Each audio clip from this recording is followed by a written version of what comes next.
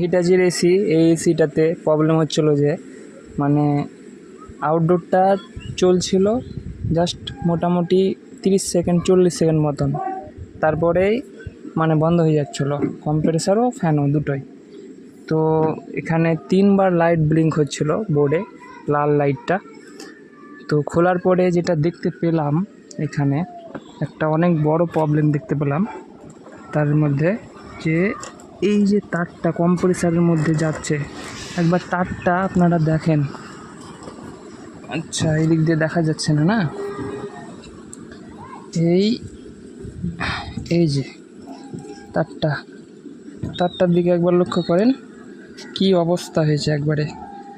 ওই যে পাইপটাতে ঠেকেছিল, এই পাইপটাই, এই যে এটাতে দাগও পড়ে গেছে, এই পাইপটাই ঠেকে গরম হয়ে হয়ে এটাকে পুরো জ্বলিয়ে দিয়েছে।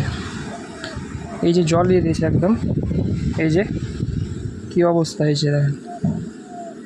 তো সম্ভবত এটার কারণে এরকম হয়েছে। তো এটা আগে সলভ করে দেখি কাজ হচ্ছে কি না।